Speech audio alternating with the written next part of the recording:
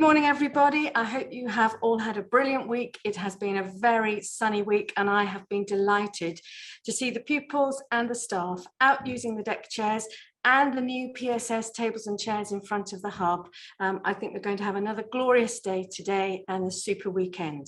So much to look forward to. Now, I wanted to start by saying a huge well done to all our musicians and the music department last night. We had our first spring concert, and that was our first music concert and our first musical event in the hall for 2 years. It's the first time our performers as a music department have had that opportunity, and they did brilliantly.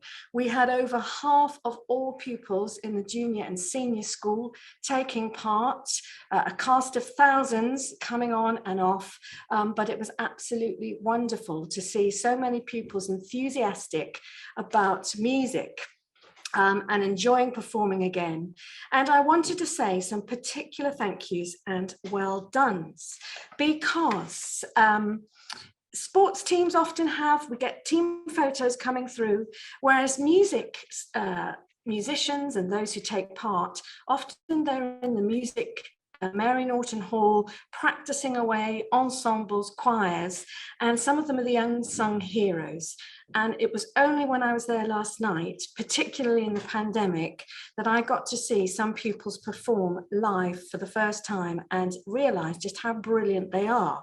So I am going to say and name particular soloists so that their form tutors and their forms can give them a clap and a well done, because they were phenomenal. So I wanted to congratulate Jess Ellis in the sixth form for her singing. Lucy Hiscox played the violin brilliantly in upper five. Another upper five performer, Darcy Becker on the drums. Her Ghost Town was phenomenal.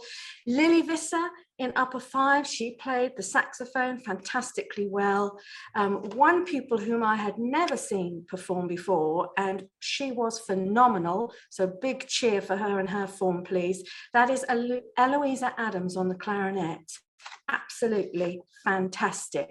And finishing off as the soloist of the event, Grace Piercy in upper six on the alto saxophone. You can just see the distance that they had to drive, and then from Berlin they drove into Poland. You can't quite see the map there, but they would have gone beyond Germany into Poland, and we've got some photographs, I think, of the supplies that they took.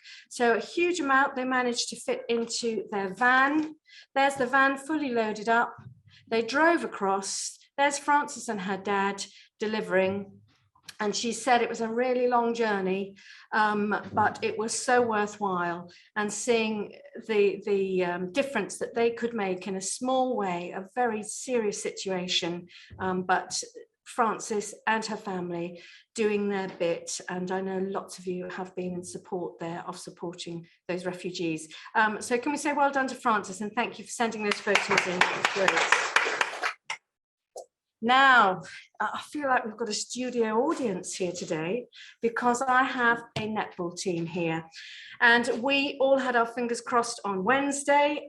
They were going into the national final, playing a really tough team. I was just chatting about some of the team members, the Bronze Grove team. They've got a reputation for being excellent, but then so has the Heath netball team, and they played brilliantly and they won. The final score was 46-32, and B. Faulkner was named Player of the Day. I think that makes a player of the tournament. So I'm delighted to present our team, our under-16 netball team, with their medals, with their national trophy, and B with her individual trophy for Player of the Tournament.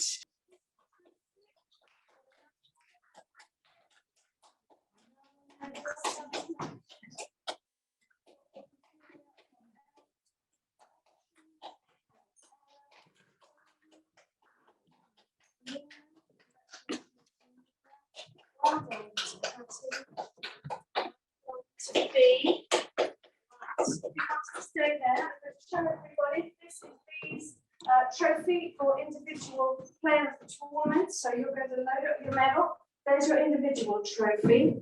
And would you like perhaps to pass that over to someone to hold, and then I can give you the actual national trophy. So let's not drop it. Congratulations.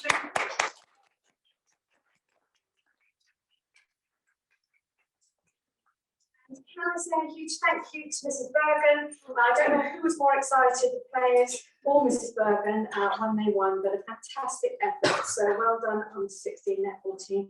If you want to sneak out back to class, we'll crack on with the next part. So we have some additional well dones to say to our pupils, and I'm going to start by saying congratulations to Lily Bell in upper 3.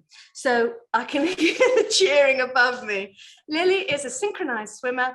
She went up to Marlborough to take her synchronized swimming level 1, and she passed it with flying colors. So well done to you, Lily. We'll give you a round of applause. And the next person that I want to say congratulations to, look at that photograph, absolutely stunning. This is Bronte McGregor in 6th form, and she performed 3 solos and a group dance with her team from Stepping Out at the So You Want to Dance competition in Bournemouth. She was awarded the cup for Best Senior Competitor and Best Senior Dancer. So can we give a huge round of applause to Bronte? Congratulations. We have a STEM announcement, and this is coming from Mrs. Luke. A big congratulations to Maya Patel, Hope Page, Kayla Erica, Chloe Pearson, and Holly Charland. They took part in the Seroptimus STEAM event at Bournemouth University. Although they didn't win, they showed great spirit throughout the event. The judges said they spoke well throughout the evening, and they justified their product methodology extremely well. Mrs. Luke said, "You made her very proud with your determination to succeed." So can we congratulate our STEM team? Well done. Now, there have been some really exciting things happening around school this week. And I'm going to go to the shoe bun photograph now. So Mrs. Moran sent this in. She said, lower 4 have been making shoe pastry. It's notoriously difficult. If you've ever watched Bake Off, it often goes wrong on shoe bun and profiterole week. But look at those. Every single member of the lower 4 nailed their shoe pastry. And Mrs. Moran said she was delighted and they look delicious. So thank you for those. We also had a Talbot Heath first. We introduced a material science lesson. That was Mrs. Brown in junior school to year 5. She was combining her science coordinator role with our determination to bring material science in with our design and architecture. They built the great London scene. So in Tudor times, they had a lesson on Tudor architecture, building with wood, houses close together, no big gaps. And then they then set fire to what they'd made. So we then burnt what our pupils had created just to see if starting a fire in the bakery, Pudding Lane, what might happen. Let's see what happened to London.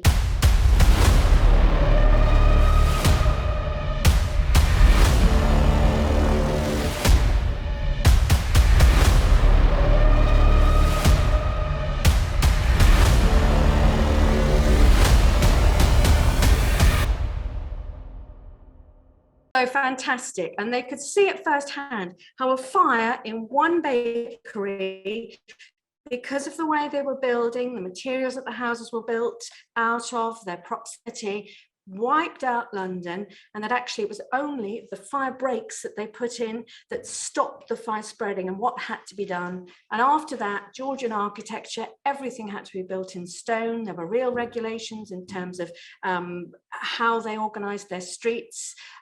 They had a fire brigade for the first time after that because there was no fire brigade, but really bringing all manner of subjects to life through that fantastic interdisciplinary lesson. Right, now I've realised I've confused Miss Elford because I didn't put in the photographs of the women of the week. Let's have a little look.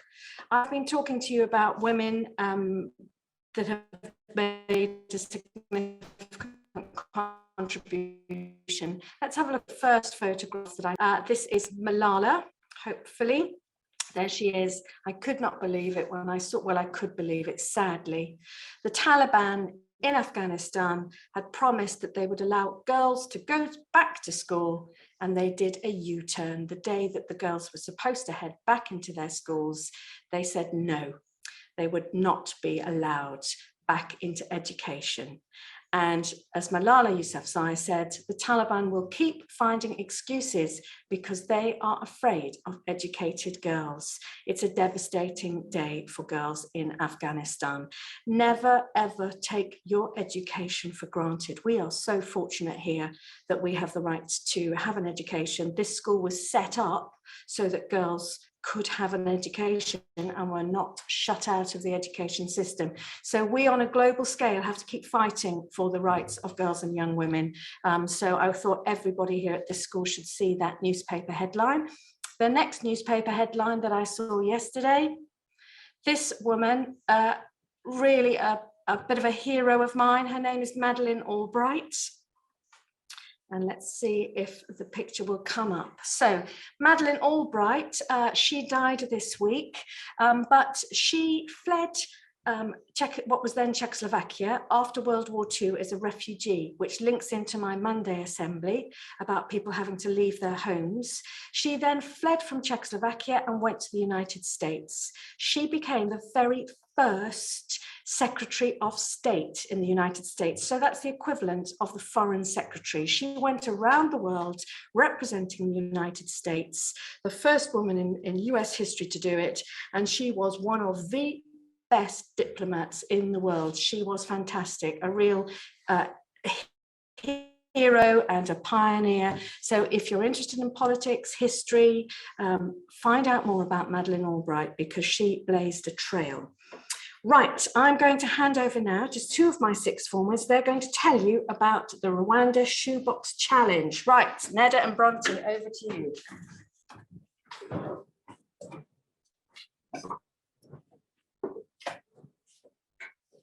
Hello, today we're here to talk to you about our latest Rwanda campaign. We've decided to launch a new gift campaign for the children in Rwanda. Currently, there are over 400 children in Godfrey's Village of Hope, 250 of which are sponsored by the Talbot Heath community, which has made a massive difference to their lives. However, only 30 children in the whole village have ever received a gift before. Godfrey has told us that many of these children pray every night hoping to receive presents like some of their friends. Our aim, with your help, is to put together a small gift for every single child in the Village of Hope. We'd really appreciate if each of you, whether you sponsor a child or not, could bring in a new child's t-shirt, a little teddy bear, and a small bar of chocolate into school before the Easter holidays. As the majority of children are young, t-shirts aged 6 to 16 would be ideal. Once we have collected all the gifts, we will wrap them with a personal note for each child and send them off to Rwanda. This would make the perfect Easter gift. We're so grateful for your support, and every little helps, so please bring in what you can. There will be a box in reception where you can hand your items in, so please add these small gifts to your weekend shopping list. Leaflets with more information will be handed out in tutor time. Neda and I both sponsor a child ourselves. Mine is a little boy called Kevin, and Neda sponsors a 12-year-old girl called Sabrine. It's so rewarding to hear updates about how a small amount of money has directly improved the quality of their lives. If you are able to sponsor a child for just £5 a month, there are QR codes dotted around the school. Alternatively, there are links to the school website and social media platforms. Just £5 is enough to feed a child for a whole month, and we are so grateful for your continued support, as are the children. Thank you for listening. So thank you very much to Bronte and Neda. It's a really good campaign. Look out for those items, make a note in your diaries. I wanted to remind everybody as well about the Easter baskets and the raffle tickets. So the Easter baskets will be collected on Tuesday from your form room. So if you haven't yet finished off your Easter baskets as a form, please, can you make sure you do that this weekend? Go out and get a little something. And the raffle tickets, if you want to be in it to win it, then those raffle tickets are in your bags. So please bring them back. And we are very excited. The bunnies are back. The bunnies are coming back on Friday. Let's just have a reminder. Yes, that's right, Mrs. Holloway. Happy Easter, everyone, from me. I hope the sun shines on us all and we have a great 3 weeks. Looking forward to it myself very much indeed, catching up with things. What was that? Oh, can I have an Easter egg? Funny, thank you very much. That's lovely, thank you. I hope you'll have a very busy holiday, taking all the chocolate eggs to all the young people.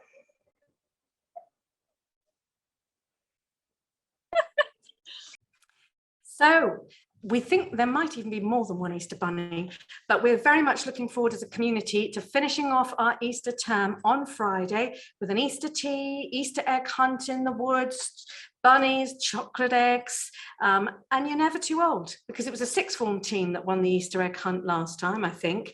And those baskets, I tell you, they're much coveted, they're highly desired, those baskets. So just one little reminder before we head off. I think we might have one final photograph, and it's one that makes me a bit sad. It is lovely that you are out and you are using the chairs and the tables and the deck chairs, but this litter was just left on the playground yesterday after break. It shouldn't be left. If you walked away from that Pringles tube or that packet, then why on earth did you? We all have a responsibility to keep this campus clean and tidy. So I don't want to see any litter, please. And if you do notice some, then please pick it up and put it in the bin. We have wonderful facilities, beautiful campus. Make sure you take responsibility for your items to keep this site lovely, particularly in the sunshine. Right, Reverend Burke, are you there?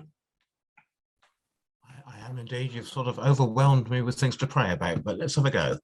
So much to celebrate, O God, the gift of music, the stimulation of sport, the inspiration of learning languages, the recent Harry Potter themed event, the generosity of those supporting Ukrainian refugees and our friends in Rwanda, links between so many subjects, the history and the science and design, and of course the sunshine.